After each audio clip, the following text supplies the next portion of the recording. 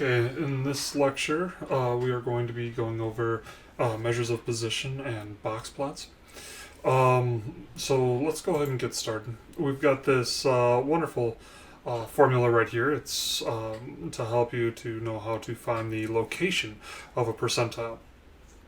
So when we talk about location, we have data sets, and data sets are organized. You might have 100 different observations inside of a data set, and when you have the 100 different observations, you put them in order from least to greatest. And then when you put them in order from least to greatest, then you find the location of each individual observation, if you will. So we have different ways of being able to organize this. With locations of percentile, you have a data set that's broken up into 100 even pieces, and each even piece is considered to be a percent. And then you also have quartiles, where a set of data is broken up into 4 even pieces, and each piece is called a quartile. And then we also have deciles, where it's broken up into 10 even pieces, equal parts, and each part is called a decile. So let's talk about what this looks like, right? So Morgan Stanley is an investment company with offices located throughout the United States. Listed below are the commissions earned last month by a sample of 15 brokers. So you've got 15 pieces of data right here, and in order to be able to find any sort of information about this, you need to first put them in order from smallest to largest. And so you'll notice we've got them in a random order here, and then we organize them from smallest all the way to largest, and you'll see 1, 2, 3, 4, 5, all the way to 15. Okay. So in order to be able to find this information, or in order to be able to communicate more effectively, we want to be able to say, hey, this is the median value, or anyone who earned less than this is in the bottom quartile, or anyone who earned more than this is in the top quartile, so on and so forth. And so the way that we can do this is by using this fun little formula where we do, L sub whatever quartile or whatever percentile, and you notice there it says just L25. The reason why is because L25 is the same as 25 over 100, which is the same as 1/4, which is the first quartile. So say, for instance, you want to find the location of the first quartile.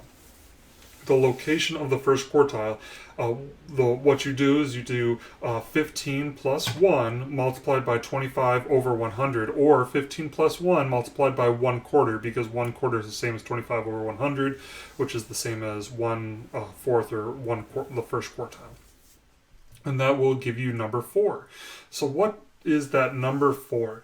What that number 4 is it's saying, hey, you need to find the fourth value in the quartile. Okay? Or sorry, the fourth value in the data set. And that fourth value will be the value of the first quartile, or more specifically, that will be that separating point of the first quartile from the second and third and fourth and fifth. And so when you look at this, we've got this information right here. We've got all of these observations, and we are going to break these up into quartiles. And so let's see, 1, 2, 3, 4. Okay, that's the first quartile. 1, 2, 3, 4, 1, 2, 3, 4, and then 1, 2, 3. So we don't have the data here to be able to make a set of quartiles where it's perfectly even every single time. And so this particular one, it's saying we've got this quartile where this value right here is splitting the first and the second quartile. So anything below this value is in the first quartile. Anything above this value is going to be in the second quartile or greater. And then also, once we get a little bit further, you'll notice that this value right here is the median, and then we've got this value right here, which if we count it 1, 2, 3, 4, 5, 6, 7, 8, 9, 10, 11, 12, you'll notice it says, okay, we need to find the 12th value, and the 12th value is the third quartile. So anything above that is going to be in the fourth quartile. Anything below that is going to be in the third, second, or first quartile. And so, yeah. Let me see. So depending on who you're talking to, there's two different ways to be able to say, hey, is this value right here, the 1721, is that going to be in the first quartile? Is that going to be in the second quartile? What is that going to be? And so depending on the way that you look at it, you can really go either way. And it really isn't that beneficial to do to look at it this way. It's a lot more beneficial to when you have a lot larger data set. And so when you've got a data set this small, you're not normally going to be working with a data set this small. You're normally going to be working with something a lot larger. And so I wouldn't necessarily worry too much about, should you put it in the first quartile? Should you put it in the second quartile? At the end of the day, what we care about isn't so much what quartile it's going into. What we care about is labeling the different locations. And so these are the locations that we care about. We care about the max. We care about the let's go like this. Outliers above. We care about the max value that is not an outlier. Then we care about Q3, and then we care about the median, the mean, Q1,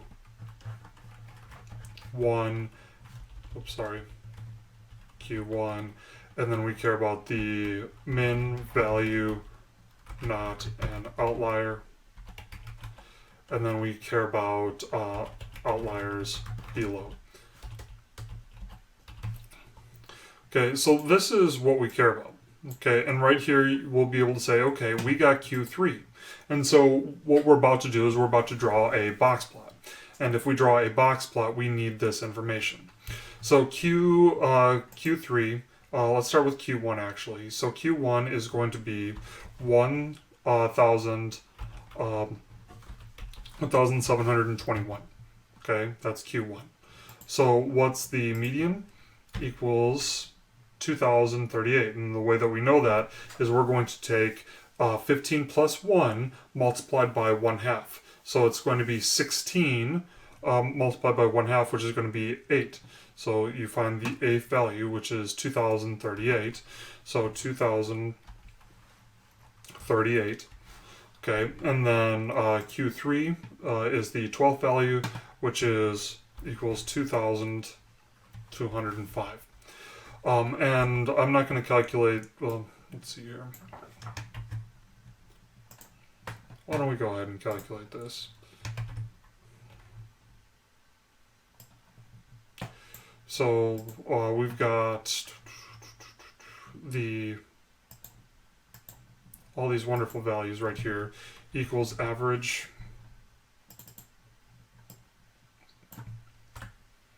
So we've got an average of 1,948. Mean equals 1,948.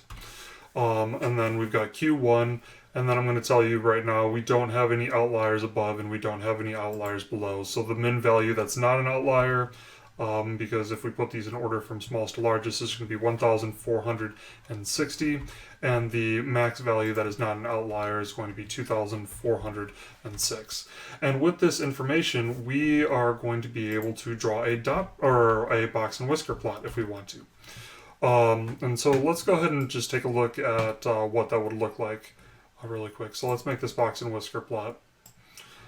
So we've got the outlier, or sorry, we've got the max value, and we'll go right here, which is 2,406.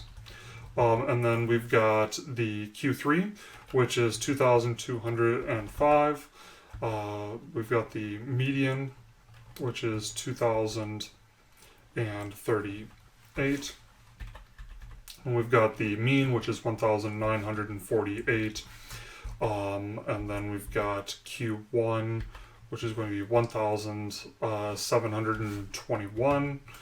And then the min value that is not an outlier is 1,460. And so you can actually draw this by hand, and I'm going to show you really quick how to draw it by hand, which is completely pointless if you have a computer, but we'll do it nonetheless.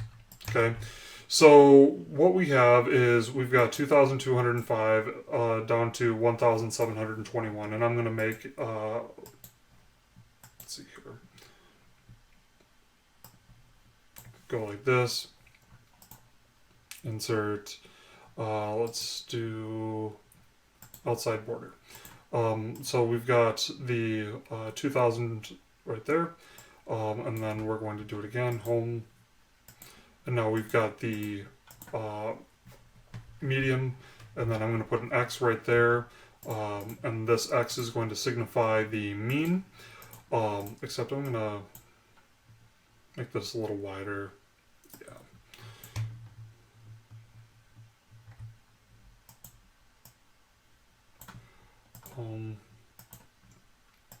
No border.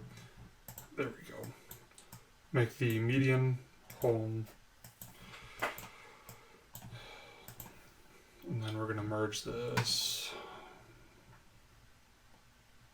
Okay, so now we've got the mean, we've got the median, we've got Q1, and let's bring this a little bit closer. Q1, and then we've got the mean right here. And so home, let's do, we're just going to draw this. And you'll notice we've got this fun little box with these little whiskers. And what these little whiskers are is this number right here, or this whisker right here with this stop. That is the highest value that is not an outlier. So that's representative of 2,406. This one right here is representative of the lowest value that's not an outlier, which is 1,460. And then this is the value of Q1. This is the value of the median. And then this right here is the value of Q2. Which I don't know if I necessarily did this perfectly, but you know, this is just kind of a proof of concept, if you will. Okay, so what's really cool about this is this is actually one of my favorite charts, and the reason why is because it gives a really cool picture about the data. We know that 25% of the data is in each one of these quartiles, so 25% of the data falls in there.